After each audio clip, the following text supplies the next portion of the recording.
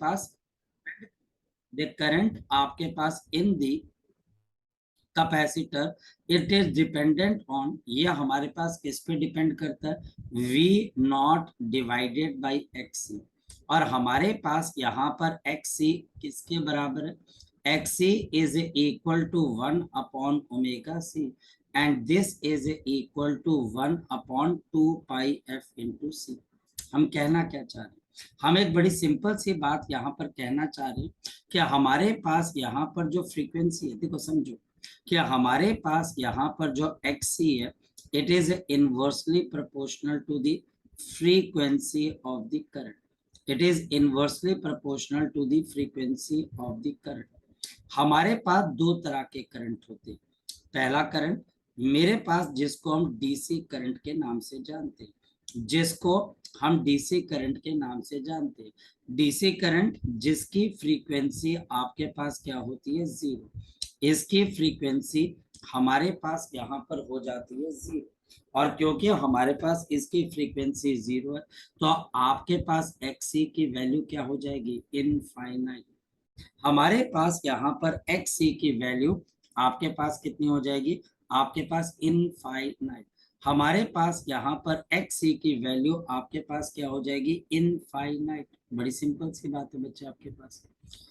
तो हमारे पास यहाँ पर XC की वैल्यू इनफाइनाइट है, देयरफॉर आपके पास क्या आ जाएगा, कैपेसिटर, जो आपके पास कैपेसिटर है इट इज, जो कैपेसिटर है इट इज आपके पास, it is enable to pass the, it is enable to pass the, enable to pass the आपके पास AC DC करंट।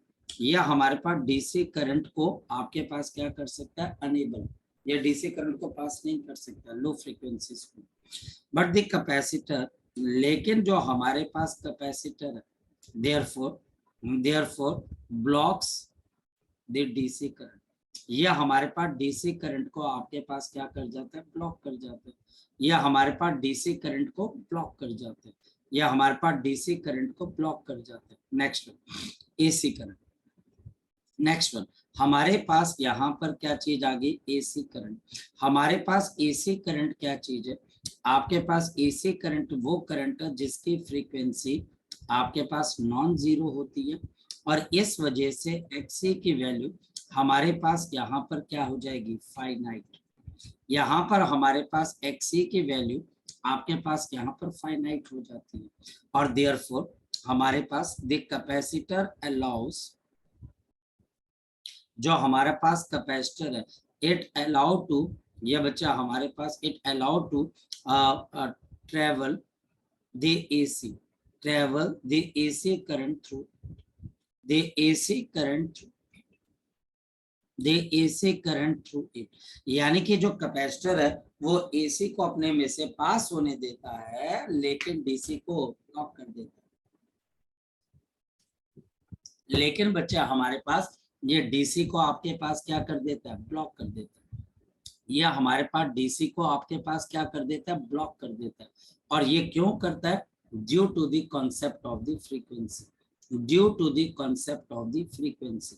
तो हमारे पास यहाँ पर एक AC करंट है और एक बच्चा हमारे पास यहाँ पे DC करंट है, and therefore the graph of capacitive reactance, the graph of the capacitive reactance, the graph of the capacitive reactance यानी कि XC with respect to the frequency, with respect to the frequency, with respect to the frequency।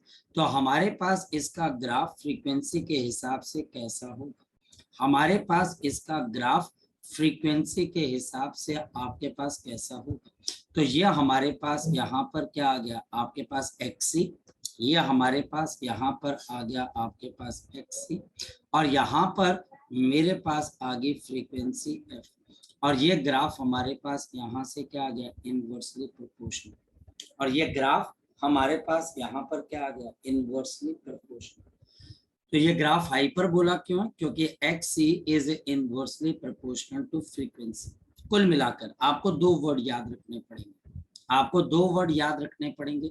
आपके पास पहला word है LE, आपके पास पहला word है which is Eli, और दूसरा वर्ड है आपके पास आइस, और दूसरा वर्ड है आपके पास यहाँ पर आइस।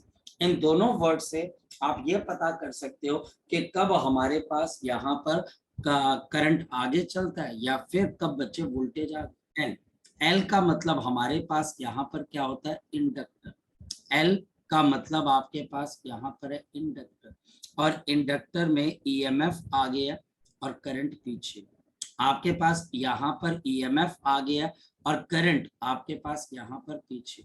हमारे पास यहाँ पर करंट पीछे, तो इंडक्टर के केस में क्या होगा, इंडक्टर के केस में क्या होगा, हमारे पास इंडक्टर के केस में ईएमएफ आगे होगी और करंट पीछे होगी। ईएमएफ आगे होगी, करंट पीछे होगी। इसी तरीके से अगर मेरे पास यहाँ पर वर्ड आ जाता आइस, अब आइस के अंदर हमारे पास सी, सी किसको डिनोट करता है, आपके पास कैपेसिटर।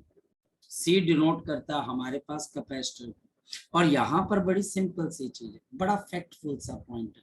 हमारे पास यहाँ पर आई आगे आ रहा है और ई पीछे आ रहा है, आई आगे आ रहा है, ई पीछे आ रहा है, तो यहाँ पर हमारे पास करंट वोल्टेज को लीड करती है, करंट वोल्टेज को लीड करती है, करंट वोल्टेज को लीड करती है by the angle of pi by 2।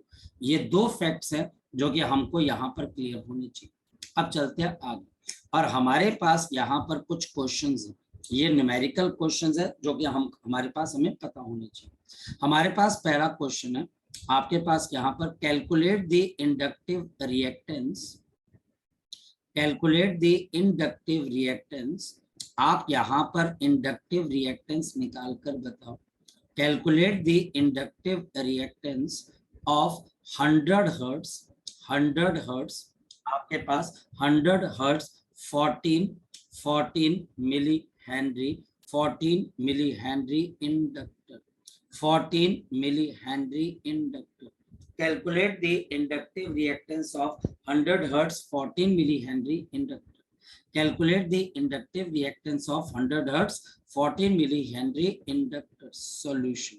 हमारे पास XL is given by आपके पास omega into L, and this is a 2 pi F into L, and this is a 2 pi, और आपके पास यहाँ पर F है which is 100 और L which is 14 into 10 की पावर -3।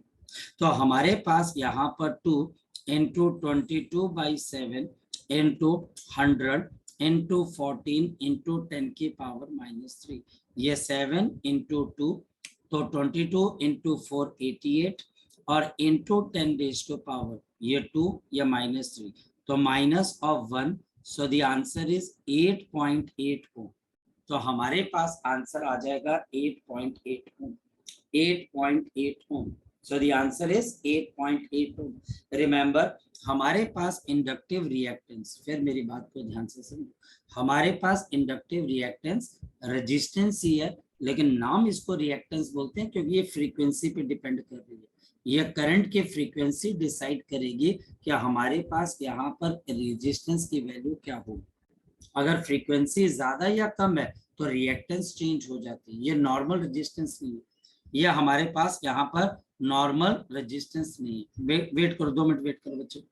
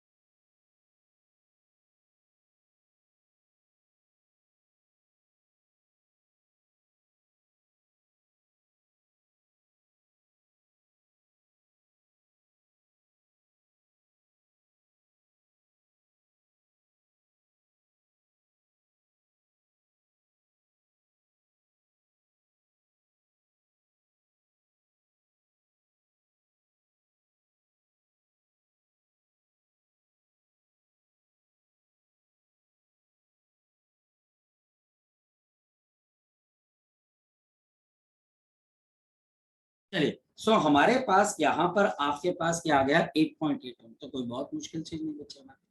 नेक्स्ट हमारे पास यहाँ पर जब इंडक्टिव रिएक्टेंस आती है तो देखो क्वेश्चन कैसे चेंज हो जाता है। हमारे पास नेक्स्ट क्वेश्चन है, ध्यान से समझना, हमारे पास क्वेश्चन है calculate the frequency of the current. देखो समझो, calculate the frequency of the current, calculate the frequency of the current.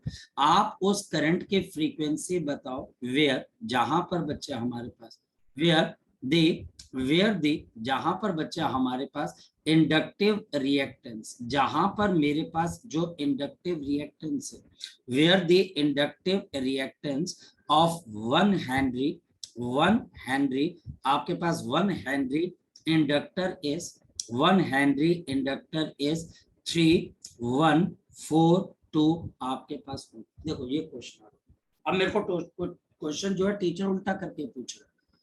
तो हमारे पास अब यहाँ पर क्या है कि टीचर मुझे क्या बोल रहा है कि भैया अब आप ऐसा करंट की फ्रीक्वेंसी बताओ जहां पर इंडक्टिव रिएक्टेंस 3142 ओम के बराबर है।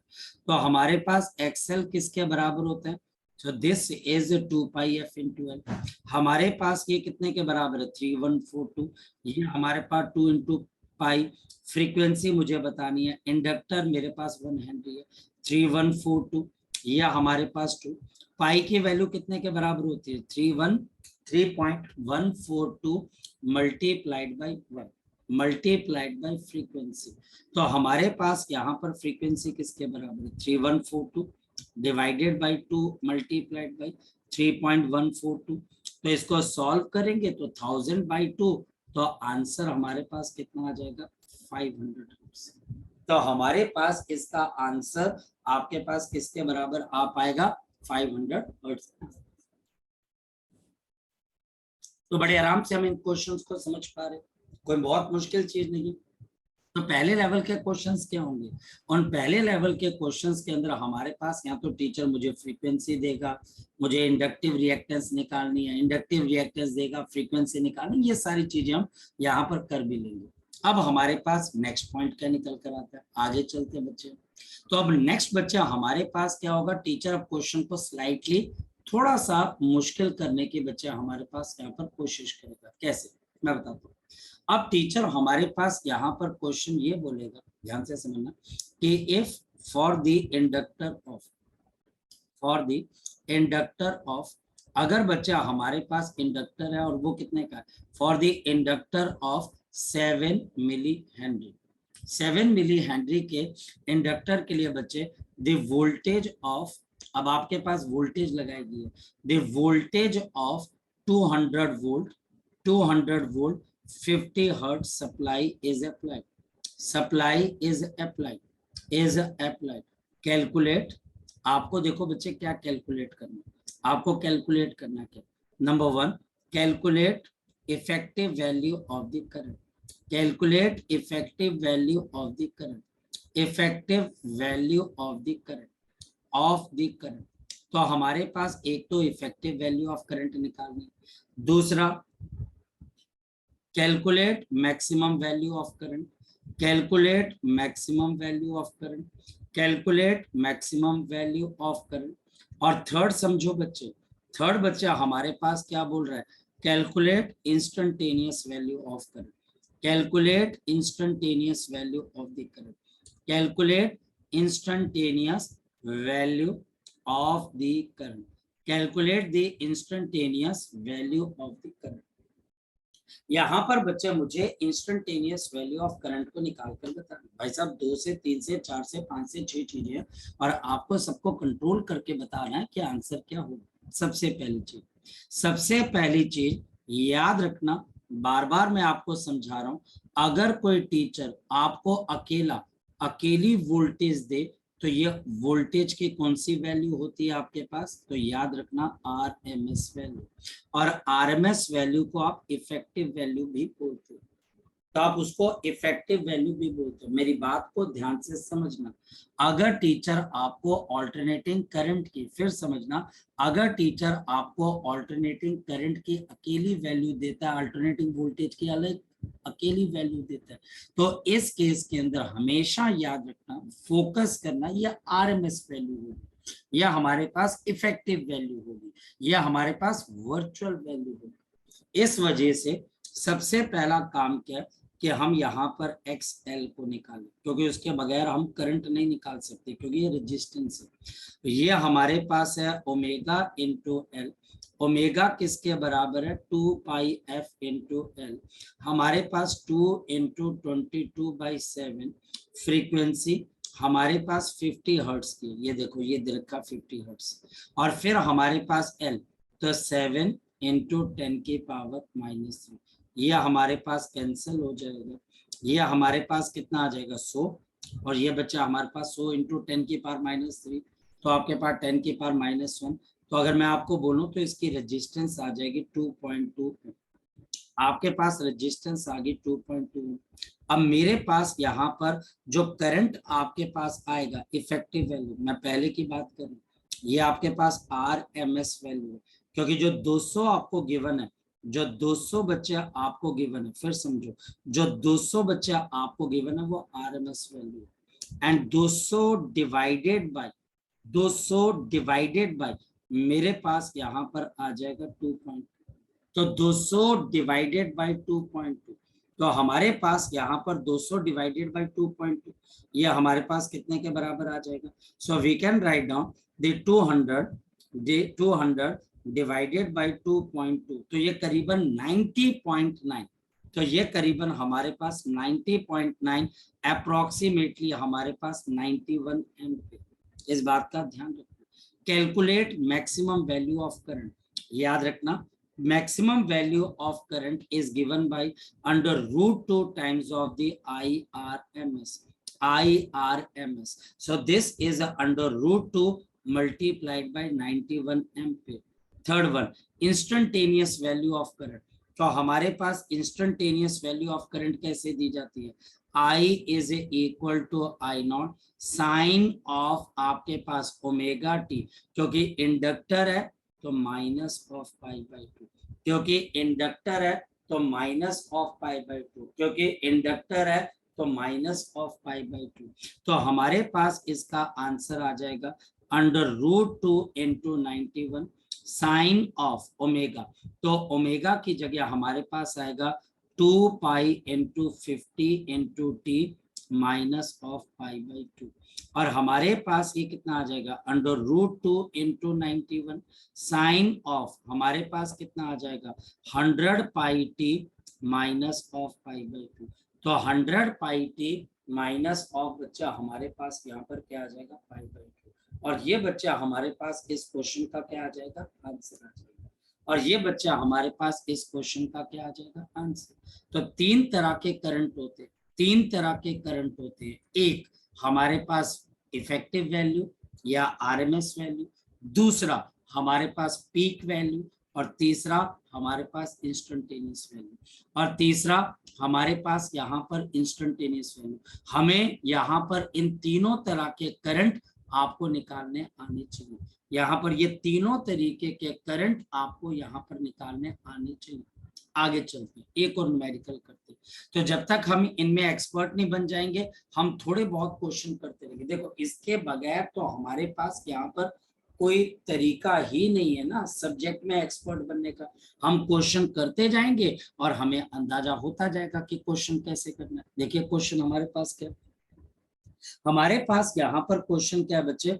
We have an ideal inductor. अब समझो, we have an ideal inductor, और मेरे पास एक आइडियल इंडक्टर है ऑफ 5 डिवाइडेड बाई पाई आपके पास हेनरी। यह 5 डिवाइडेड बाई पाई हेनरी का बच्चे इंडक्टर है कनेक्टेड टू, और इसको बच्चे हमने कनेक्ट कर दिया, और कहाँ से कनेक्ट कर दिया? 200 वोल्ट और 50 हर्ट्ज की सप्लाई के साथ। अब बताना क्या बच्चा हमारे पास? Number one, what is the RMS value of the current?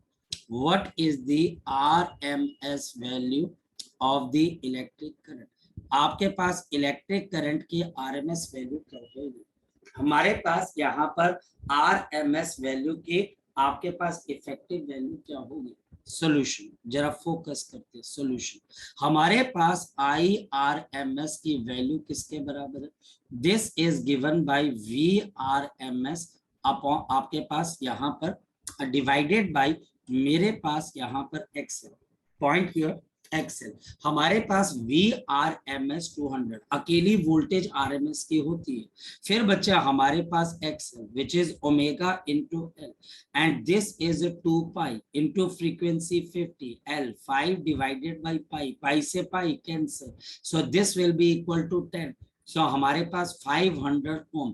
तो आप बताओ कि हमारे पास डिवाइडेड बाई 500, तो आंसर हमारे पास कितने के बराबर आ जाएगा? 0.4 एम्पीयर। तो हमारे पास क्या आ गया? 0.4 एम्पीयर।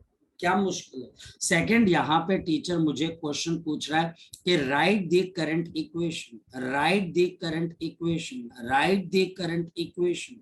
अगर आप करंट की इक्वेशन बनाने जाते हो, अगर आप करंट की इक्वेशन बनाने जाते हो, तो हमारे पास I is equal to I naught sine of, आगे क्या होगा? Omega T minus of pi by 2, current पीछे चलता है।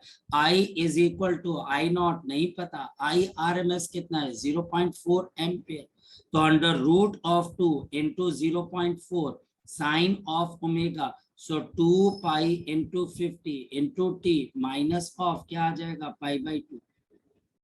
So next one, we have I is equal to under root of 2 into 0.4 sine of, हमारे पास कितना आएगा? 100 pi T minus of pi by 2।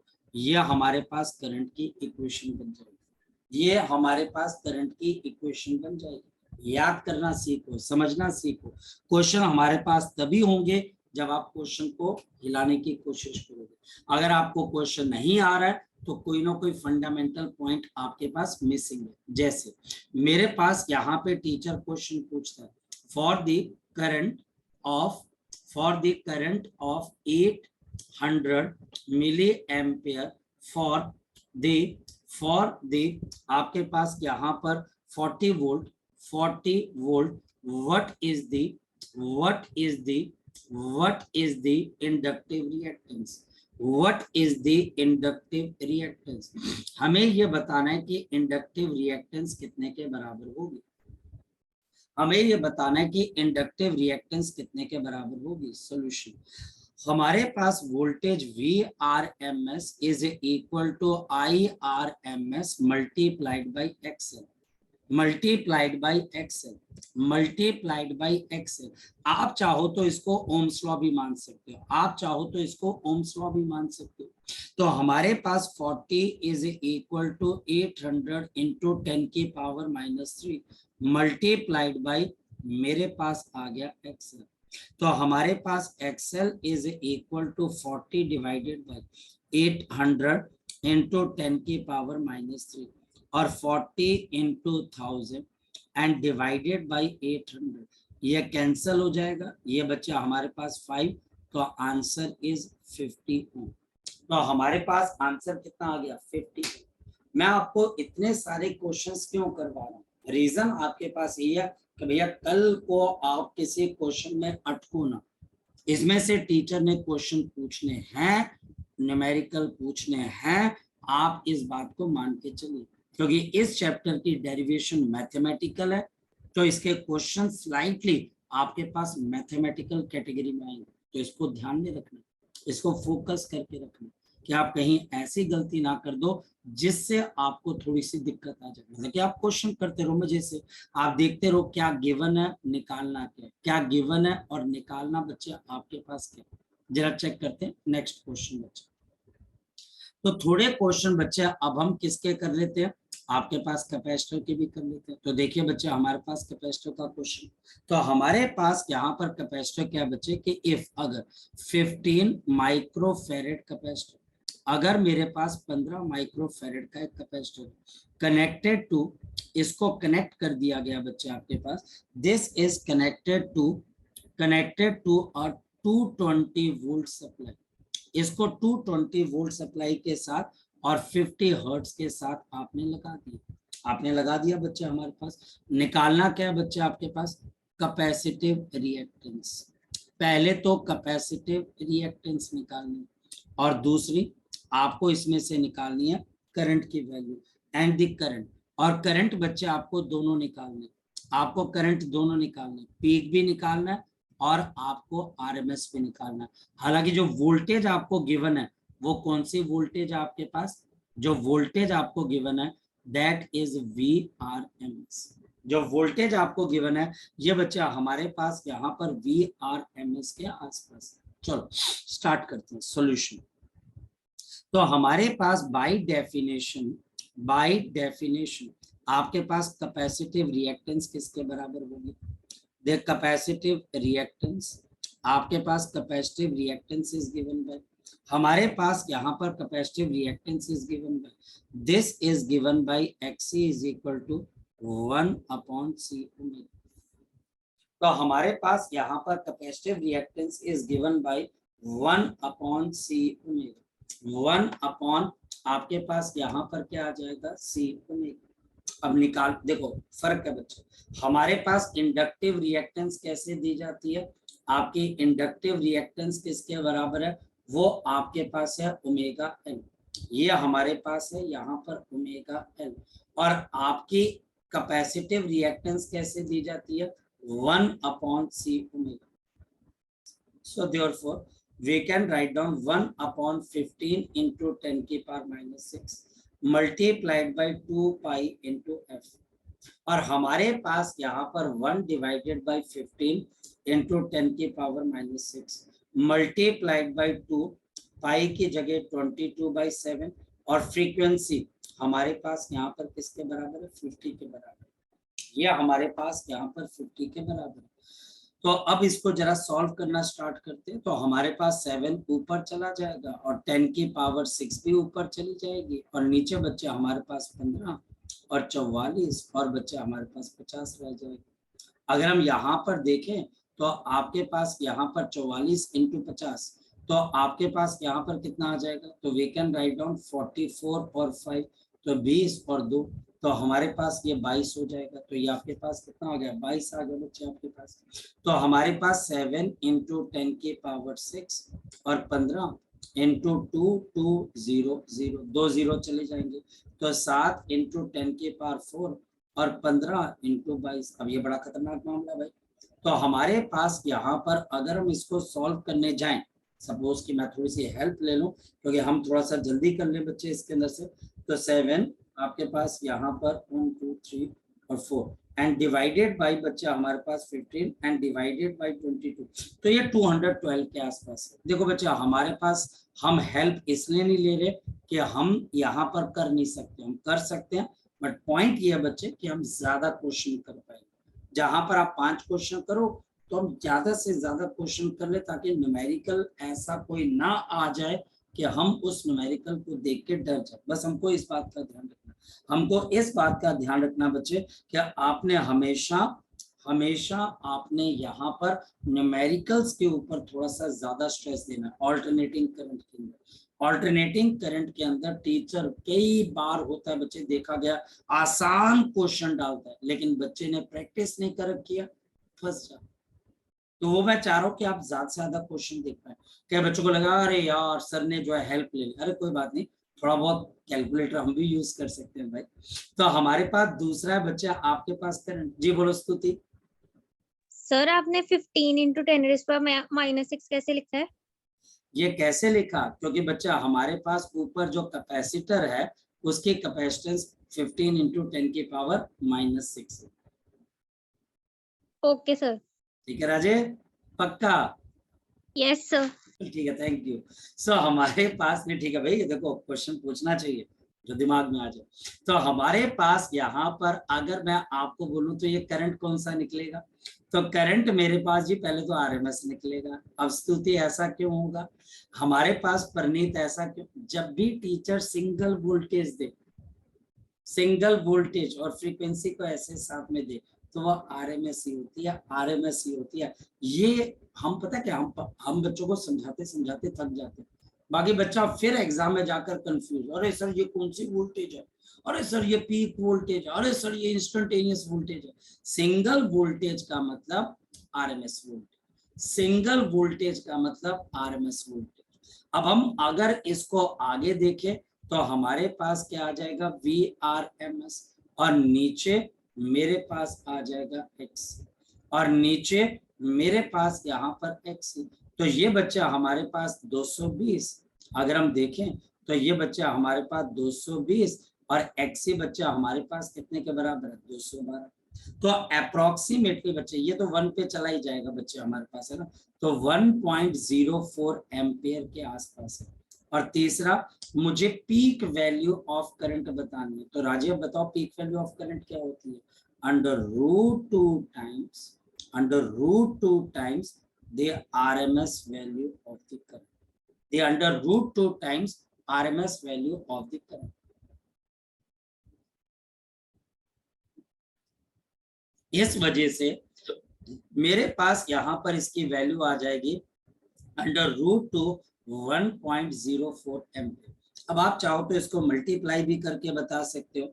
अगर आप मल्टीप्लाई करोगे तो आंसर आ जाएगा 1.47 एम्पियर के आसपास। लेकिन अगर आप ऐसे भी छोड़ देते हो तो मैंने देखा है कि टीचर ज्यादा नंबर नहीं काटता है, क्योंकि यहाँ तक बहुत कम बच्चे पहुंच पाते। चलो आगे चलते।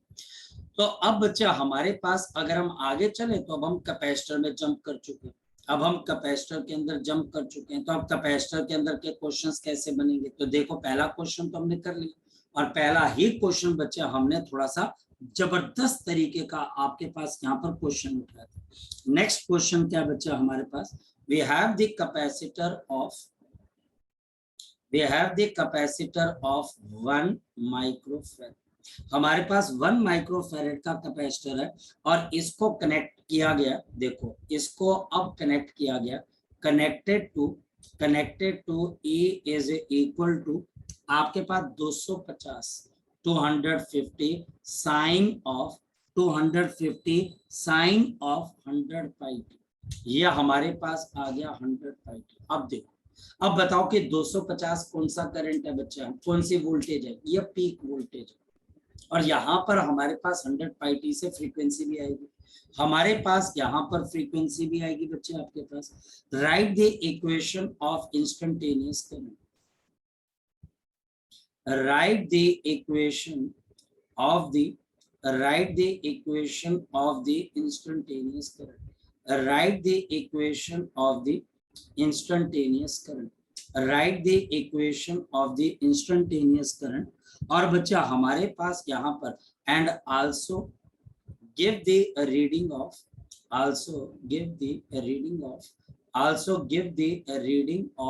AC ammeter. अगर AC एमीटर रीडिंग लेगा तो बताओ कौन सी रीडिंग आएगी आपके पास, RMS वैल्यू ऑफ करंट की। बेटा इसी को वो पहचानना चाह रहा है, वो इसी को जाना, वो तुम्हारी स्मार्टनेस चेक करना चाहता है। तुम डल हो कि स्मार्ट हो, तुम बेवकूफ हो कि अकलमंद हो, क्या तुम्हारे में अकल है कि तुम बेवकूफ हो कि टीचर अगर मैं इक्वेशन देख रहा है तो आप पहचान पा रहे हो। आपको पता है कि 250 यहाँ पर क्या है, 250 यहाँ पर RMS है कि आपके पास पीक है। आपको अगर इससे करंट आएगा तो कौन सा आएगा, RMS आएगा कि कोई और आएगा, और उसे RMS कैसे निकालोगे। यही टीचर जो है चीजें चेक करना चाहता है और आपकी स्मार्टनेस देखना चाहता है। देखिए सोल्यूशन बड़ा सिंपल सा सोल्यूशन। आगे बढ़ने से पहले आपको कैपेसिटिव रिएक्टेंस निकालनी आनी चाहिए, नहीं तो करंट से आपके पास बाकी चीजें कुछ नहीं निकलेंगी। आपके पास कैपेसिटिव रिएक्टेंस यानी कि XC की वैल्यू किसके बराबर है, 1/ω/C। तो स्तुति यहाँ पर C मेरे पास 1 माइक्रोफैराड है, तो 10⁻⁻6 ओमेगा 2 × पाई × फ्रीक्वेंसी, यही है। तो हमारे पास 10⁻6 ऊपर आ गया एंड 2 × पाई, और फ्रीक्वेंसी कितने की है, वो यहाँ से निकलेगी, यहाँ से। हमारे पास यहाँ पर ओमेगा, या तो आप ओमेगा डायरेक्टली यूज भी कर सकते हैं, ऐसा भी कर सकते हैं। रुको 2 मिनट, मैं ओमेगा डायरेक्टली यूज कर सकता हूँ, क्योंकि बच्चा हमारे पास C ओमेगा है, ये पूरा का पूरा ओमेगा है, तो ये बच्चे आपके पास ओमेगा। तो आप यहाँ पर 100 पाई चेक कर लो, तो आपके पास 10⁻4/2 × पाई। आपके पास ऊपर कितना आ जाएगा ना, ऊपर बच्चे हमारे पास यहाँ पर आ जाएगा 5000 डिवाइडेड बाई बच्चे हमारे पास 5। तो ये हमारे पास इतने ओम की कैपेसिटिव रिएक्टेंस है। अब करंट की इक्वेशन कैसे आएगी? तो हमारे पास करंट की इक्वेशन है I is equal to I naught sine of omega T plus of pi by 2। ऐसा क्यों? सर बोल बच्चे, बोल बेटा। सर आपने बोला है कि सिंगल वोल्टेज होगी तो आरएमएस होगी, तो अगर वो सिंगल नहीं होगी तो फिर कौन सी होगी वोल्टेज? अगर बच्चे टीचर आपको सिंगल नहीं देगा तो ऐसे देगा बच्चे, ये मेरी बात समझ। यहाँ पर सिंगल है कि साथ में साइन लगा हुआ? बता बच्चे मुझे, महक। साइन लगा हुआ है सर। अगर साइन है तो फिर ये बच्चा हमारे पास क्या होगी, तो जो वोल्टेज टीचर देगा वो हमारे पास V नॉट होगा। मेरी बात समझ पा रहे हो? इस इक्वेशन को देख बेटा, और यहाँ पर देख, तुझे क्या फर्क नजर आ रहा है? A capacitor is connected to this volt 50 set. यहाँ पर साइन कॉस कुछ आ रहा है बच्चे वोल्टेज के साथ? नहीं आ रहा ना। यहाँ पर 220 के साथ नो कॉस सर। साइन नहीं आ रहा, तो ये आरएमएस है। अगर टीचर इसमें से साइन को देख ले, कॉस को देख ले, किसी भी मतलब कि साइन और कॉस को जोड़ेगा, यहाँ पर देखिए, यहाँ पर इसने इसके साथ क्या मल्टीप्लाई कर दिया, साइन ऑफ 100 पाई टी। ये देख, तो ये 250 जो होगी ये कौन सी वैल्यू होगी, पीक वैल्यू। ठीक है लड़की, ये कौन सी वैल्यू हो जाएगी, पीक वैल्यू आ जाएगी। और इससे करंट भी आपके पास कौन सा आएगा, पीक आएगा। Therefore, peak Excuse me, value sir. of the, हाँ बोलो। सर यहाँ पे आपने कैपेसिटर तो 1 माइक्रोफैरेड का लिया ना, तो यहाँ पे 2 कैसे आया? ये 2 बच्चा हमारे पास, एक मिनट को, ये बच्चा हमारे पास शायद से मेरे से क्लैरिकल एरर हो गई। ये ओमेगा मैंने माना था ना बच्चे, हाँ या ना? ये ओमेगा मैंने जी माना, सर। तो ओमेगा मानने के लिए मैंने 100 पाई तो कर लिया, पर क्लैरिकल एरर होगी, ये 2 रिमूव करना मैं भूल गया। क्लैरिकल एरर होगी, ठीक है सर। है ना, एरर होगी मुझसे, मैं समझ गया बच्चा आपकी बात, आपने सही बोला। यहाँ पे 2 का फैक्टर, वो क्लैरिकल एरर होती है ना, कि मैंने बोला कि जल्दी क्वेश्चन होगा तो जल्दी नहीं हुआ, ये थोड़ा सा क्लैरिकल एरर होगी, क्योंकि वो ओमेगा था, तो ओमेगा की जगह तो 100 पाई आना चाहिए था, तो मैंने किया नहीं, तो 10 के पावर आपके पास 4/5। थैंक यू बेटा, थैंक यू। इतने बच्चे ओम की आपके पास कैपेसिटिव रिएक्टेंस है। तो मेरे पास यहाँ पर V नॉट आ जाएगा, और यहाँ पर XC, और यहाँ पर साइन ऑफ, यहाँ पर 100 pi into t, and plus of बच्चे हमारे पास pi by 2, and plus of बच्चे हमारे पास यहाँ पर क्या आ गया, pi by V not upon XC sine of 100 pi t, and plus of बच्चे हमारे पास पाई बाई 2। ये हमारे पास आ गया, ये हमारे पास यहाँ पर क्या आ गया, V नॉट। समझो, ये V नॉट, ये हमारे पास V नॉट अब किसके बराबर आ जाएगा, 250, और XC कितने के बराबर है, 10 की पावर 4 डिवाइडेड बाई पाई। बहुत अजीब तरह के आपको क्वेश्चन यहाँ पर नजर आएंगे, आपको ऐसा लगेगा अरे यार ये क्या क्वेश्चन है यार, क्या करी जा रहे हैं। इसको बच्चे अगर हम ऊपर लेके जाएंगे तो यहाँ पर बच्चे 250, और बच्चा हमारे पास डिवाइडेड बाई 10 की power 4 into pi into sine of 100 pi into T plus of बच्चे हमारे पास पाई बाई 4। हमको ऐसा लगा और यार पता नहीं क्या कर रहे, तो हमारे पास यहाँ पर 25, और बच्चा हमारे पास पाई इंटू 10 की पावर -3, एंड साइन ऑफ आपके पास कितना आ जाएगा, 100 pi t plus of pi by 2। तो 100 पाई टी प्लस ऑफ बच्चा हमारे पास पाई बाई 2। थोड़ा मुश्किल भी है, इतना आसान भी नहीं है।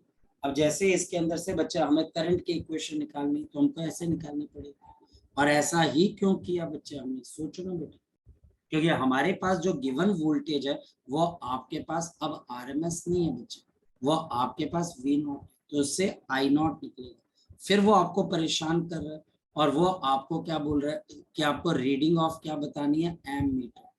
अब आपको रीडिंग ऑफ एम मीटर कैसे पता लगेगी, जरा चेक करते हैं।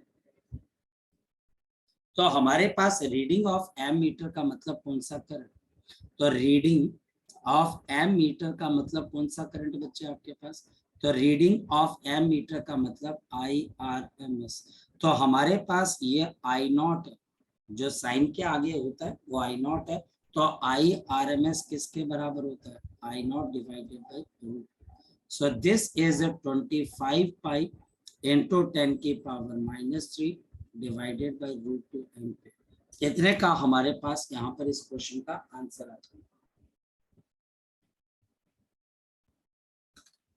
तो हमारे पास यहाँ पर ये आपके पास इतने का आंसर आ जाएगा। तो कुछ भी नहीं, आपको एक एक डिटेल के अंदर सारी चीजों को समझना है, सीखना है और उसको अप्लाई करना। ये हमारे पास है इंडक्टर, कैपेसिटर और रेजिस्टेंस। बच्चे हम बहुत पहले कर चुके हैं। नेक्स्ट बच्चा हमारे पास यहाँ पर एक क्वेश्चन आता है और आपके पास क्वेश्चन क्या, ये सारे प्रीवियस ईयर है बच्चे, ये हमारे पास सारे के सारे प्रीवियस ईयर है। जैसे ये क्वेश्चन हमारे पास प्रीवियस ईयर है, जहां पर बच्चा हमारे पास क्या बोल रहा है, एक कैपेसिटर की कैपेसिटेंस कितने के बराबर है? This is one by pi microfarad. और आपको बताना क्या, कैपेसिटिव रिएक्टेंस। आपको कैपेसिटिव रिएक्टेंस बतानी है, और ये आपको कैपेसिटिव रिएक्टेंस बतानी है किस किस पे बच्चे? एक तो 50 हर्ट्ज पे, एक तो समझो 50 हर्ट्ज के ऊपर, और दूसरे आपके पास 10 की पावर 6 के ऊपर, 10 की पावर 6 हर्ट्ज के ऊपर आपको कैपेसिटिव रिएक्टेंस बतानी है। सॉल्यूशन देखिए कैसे आ जाएगी। तो हमारे पास कैपेसिटिव रिएक्टेंस इज 1/ आपके पास omega C 1 divided by 2 pi f into C. पहली चीज 50 हर्ट्ज के लिए, तो 1 डिवाइडेड बाई 2 पाई फ्रीक्वेंसी 50 की है, और c की वैल्यू कितने के बराबर है? 1/पाई, और साथ में 10 की पावर -6। पाई से पाई कैंसिल, और ये बच्चा आपके पास 100, 10 की पावर 4 -4, और ये बच्चा हमारे पास कितना आ जाएगा?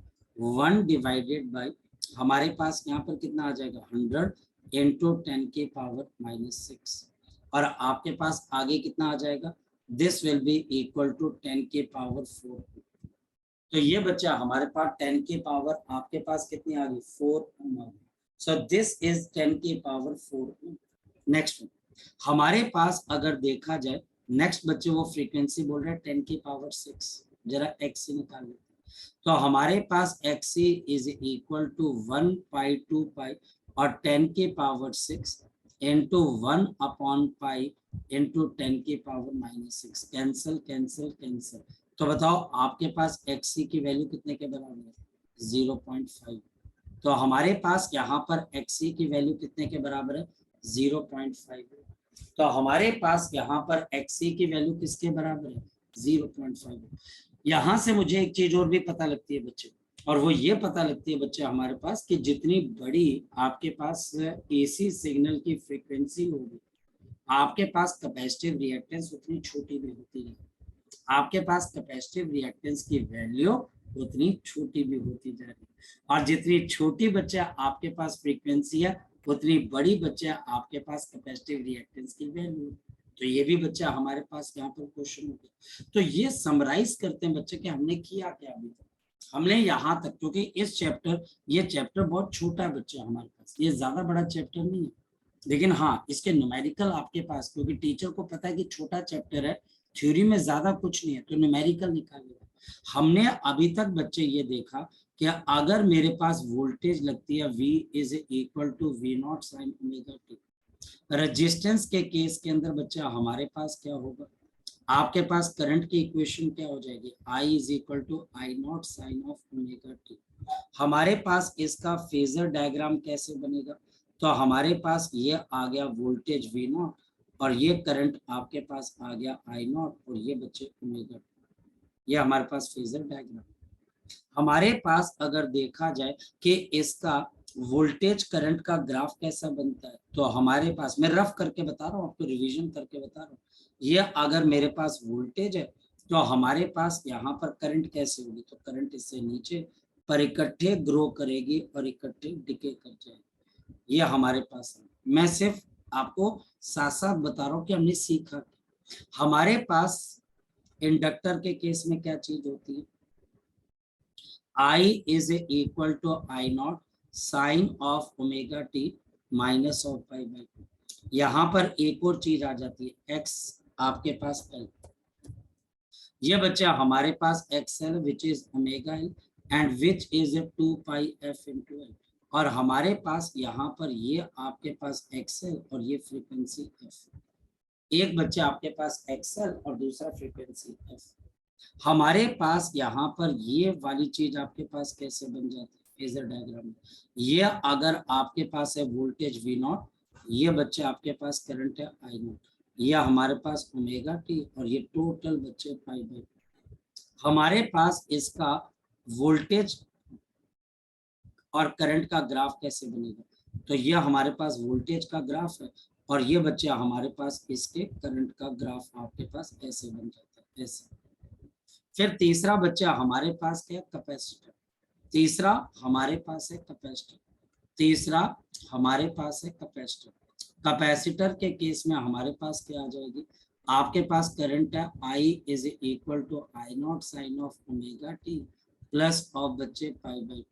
यहाँ पर XC 1/C ओमेगा, इसका ग्राफ कैसा बनेगा बच्चे आपके पास फ्रीक्वेंसी के साथ, तो इनवर्सली प्रोपोर्शनल, तो ग्राफ ऐसा बन जाएगा।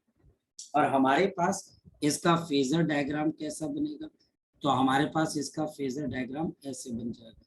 ये हमारे पास V नॉट है और ये बच्चा हमारे पास करंट इसका I नॉट आगे, देखो I नॉट आगे चला गया। ये हमारे पास ओमेगा टी है और ये 90 डिग्री आगे की तरफ को चला गया। तो ये हमारे पास कैपेसिटर का क्या बन गया, आपका फेजर डायग्राम बन गया। तो ये हमारे पास इसका फेजर डायग्राम बन गया। तो हमारे पास इसका करंट और वोल्टेज का ग्राफ कैसा बनेगा, देखिए वोल्टेज का जो ग्राफ है वो तो आपके पास साइन का ग्राफ है। करंट, अब बच्चे जो हमारे पास करंट है वो कॉस के ऊपर डिपेंड कर रही है, तो उसकी वैल्यू हमारे पास ऐसे, ये कॉस है, ये हमारे पास ऐसे, ये ऐसे और ये ऐसे, बस ये हमारे पास वोल्टेज का ग्राफ है। और नीचे वाला हमारे पास लाल कलर वाला ये करंट का ग्राफ है। ये चीज अगर तुम्हें समझ में आ रही है ना तो आगे वाला चैप्टर भी समझ में आएगा। अगर ये चीज आपको समझ में नहीं आ रही है तो आगे वाला चैप्टर जो रिमेनिंग पोर्शन है, अब इस चैप्टर का बहुत छोटा पार्ट रह गया, तो रिमेनिंग पोर्शन आपको तभी समझ में आएगा जब ये फंडामेंटल आपके क्लियर हो। ठीक, चलिए सो इसको बच्चे एक बारी पढ़ लीजिएगा, कोई दिक्कत आए तो मुझे जरूर बताइएगा।